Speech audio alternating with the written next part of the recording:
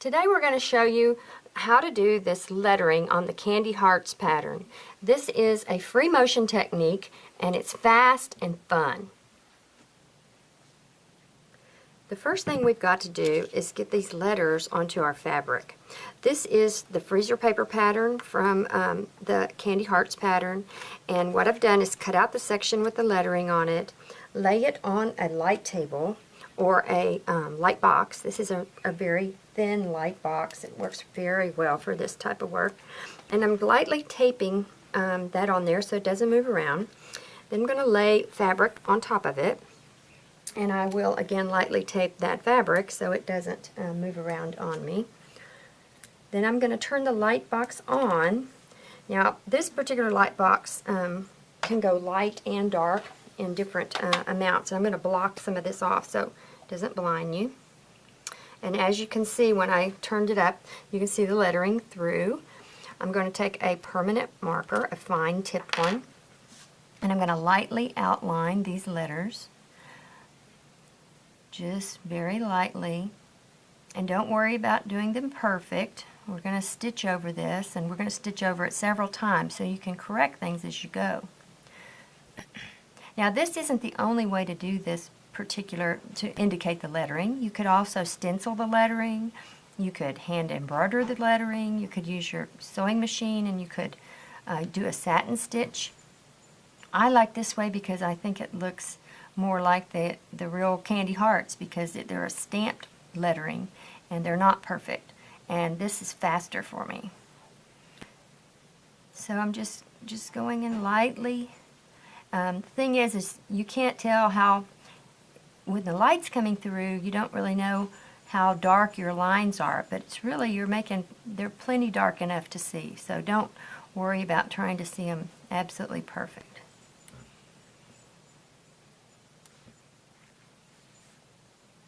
Once the lettering is, you can see I kind of dimmed it a little bit there. Once you see the lettering is completed, I'm going to turn this light box off. And you can see the lettering now. It's ready to go to the sewing machine, and we're going to stitch it out. Okay, now there's a way to stabilize this thread work. It makes it easier to go through the sewing machine. What I did is I trimmed off some of this background. This is how much we need, and I need 1/4 inch all the way around, so I've got plenty here. And what I'm going to do is take a piece of scrap paper, and you can even get it out of your trash can, and lay it underneath that drawn lettering. And then I'm going to just take a couple of pins and I'm going to pin it just to secure it and hold it for me until I get started. As far as the machine setup, I like to use, whenever I do free motion, I like this foot a lot, and it's clear and it has a wide hole in it. I really like that foot. The other thing that I really like is a single hole needle plate, and I use that for my piecing too. What a single hole needle plate does is, this is the normal needle plate that comes with the machine here. This hole where the needle goes in allows you to zigzag back and forth. So that's what normally comes with the machine. Well, a single hole needle plate has a single hole, and your needle can only go up and down. And so what that does is it makes it where the little pieces don't get sucked down into the machine. So I use this plate almost all the time. Only time I don't use it is when I've got to do some zigzagging. So that is what I have on the machine here. Okay, so now we're going to get started, and I've got some red thread here. I've got red thread in the bobbin and red thread on the top. And what I'm going to do is I'm going to come and I'm going to get started by pushing this down and pulling up that back thread. Hold the top thread and then pull this through so it's now on the top. I'm going to take a few stitches very close together. This is on free motion. I've dropped the feed dogs, and now I'm going to hold those threads and just do a few really close, and I'm going to start outlining these letters. Now remember, I told you don't have to do this perfect. If you mess up, we're going to go back over it again. So the other thing you can do is grab hold of this piece of paper that's underneath. And what that piece of paper does is it allows you to pull it towards you. So I do use that piece of paper. And you can see I'm kind of goofy. It's not going perfect there. but that's okay. You'll see in a minute that it won't make a difference in the final result. So just go straight. Stop. Whenever you come to a part in the letter that's straight, I like to stop. I have found that if I go forward, I get a straighter line.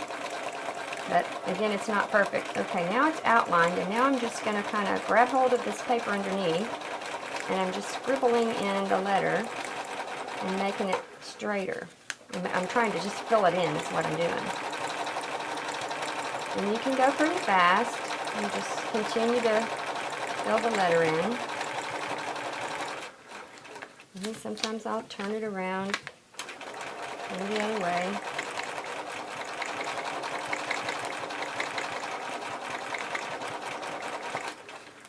The nice thing about this is you can do shading with it too. If I wanted to, I could take one side of the letter and make it darker just by scribbling more on that one side. In our down the road pattern, I'm going to show you how to do that. Okay, now I'm just going back and I'm straightening out the lines a little bit, making it a little darker.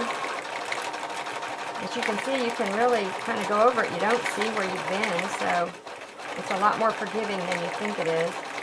When I first started doing it, I thought it had to be all perfect, and it really doesn't. You just don't notice. It just looks pretty good, even though you're not perfect.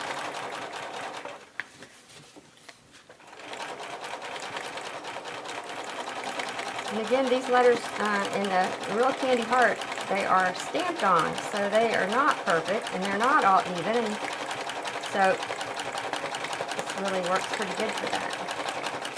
When I get to the end of a letter, I just go a few stitches, I bring it up, and then what I like to do is jump over to the next one and just start again.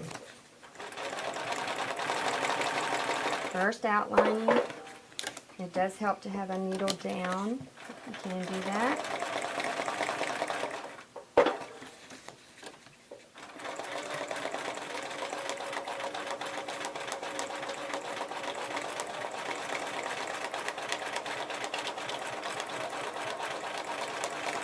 You see, I got goofy on that one, but that's okay, because I'm going to make it look good in a minute.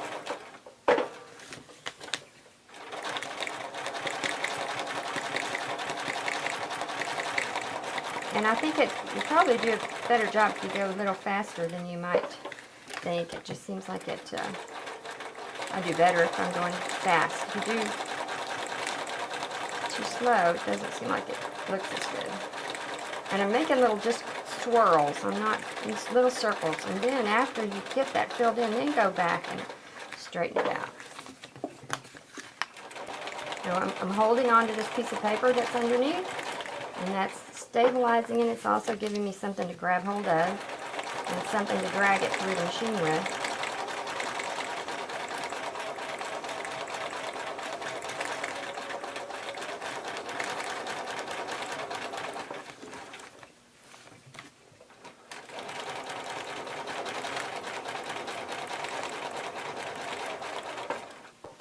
Okay, got to straighten this so that bottom of the E was not very thick. So I'm going to go back and I'm going to thicken it up, just outline it again, and then kind of swirl in there and take a few stitches, and then pull this off. And you can see how you can get your letters, and it doesn't take very long, and it's really fun. Okay, I'm going to show you how to do this S. The S's are a little tricky. You're still just going around, just outlining it, and you can see here when I drew this S, it wasn't perfect by any means. Just go around.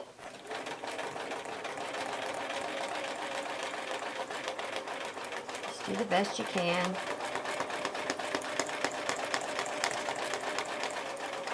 Okay, now we're scribbling.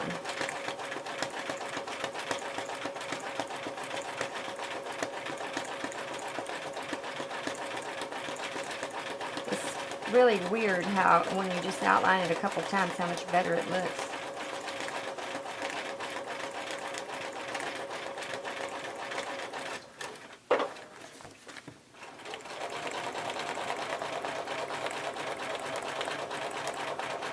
And you can make it as thick or as, you know, as dense or as loose as you want. I kind of go for a medium density, I guess. The more you scribble on top, of course, the darker it's going to look. And I'm going to kind of outline this again.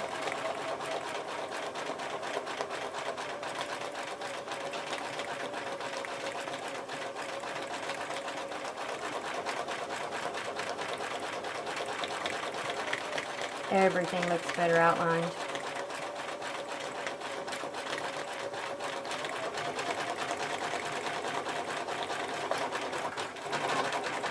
Take a few stitches there at the end.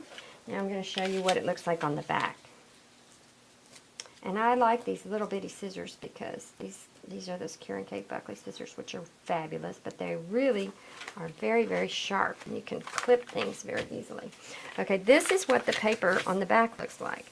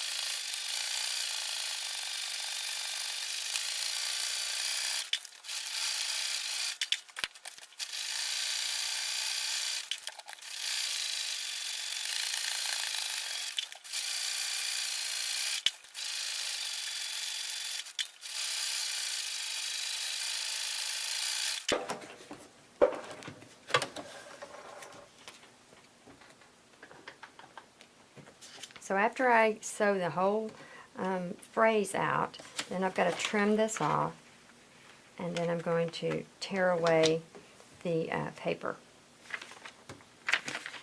Make sure your paper is big enough to where you can grab hold of it. This is like half of the size of 8.5 by 11. That seems to work well as far as the amount of paper stabilizer you need underneath. As you can see, this just tugs away pretty easy. Because you stitched over it a lot. And after you do this, steam your lettering so it lays nice and flat, and trim away your little leaves here.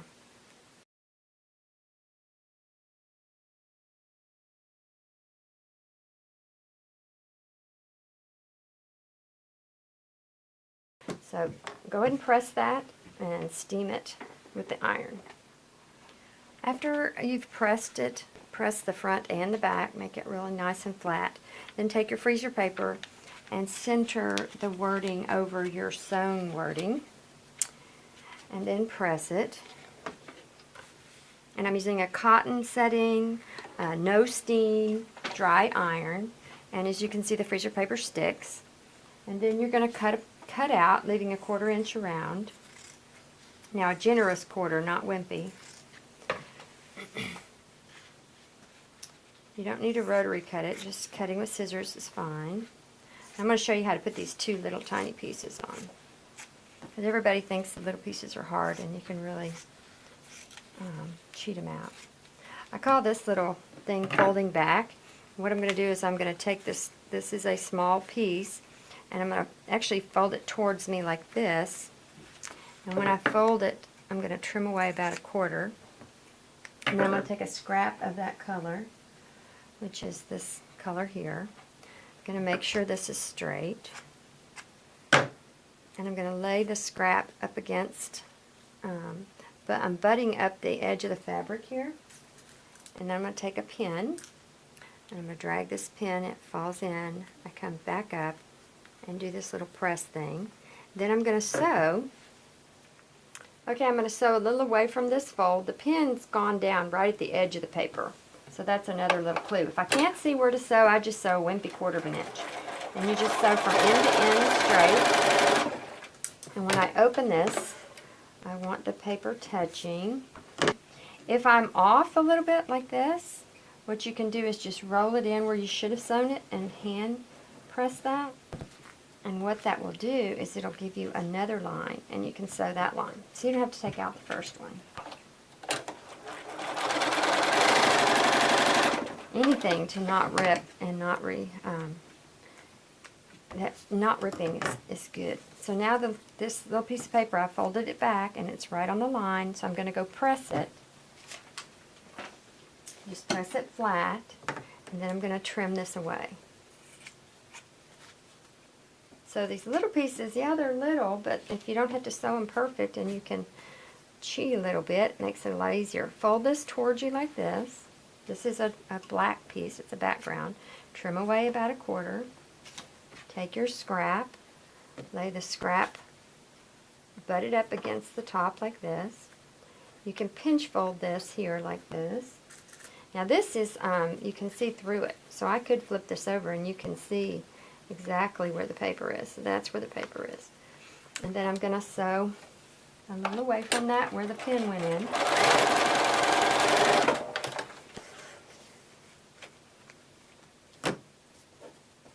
Flip that back, flip the paper back, and then iron it and then trim away.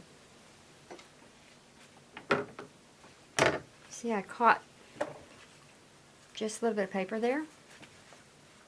But then there it is. To get that out, it's an easy thing to do. Just pull it back here, and you can flick it out with your finger, and that's fine. That won't hurt a thing. And then you just trim this out. Now the section is ready to go. You can piece it in just like any other part.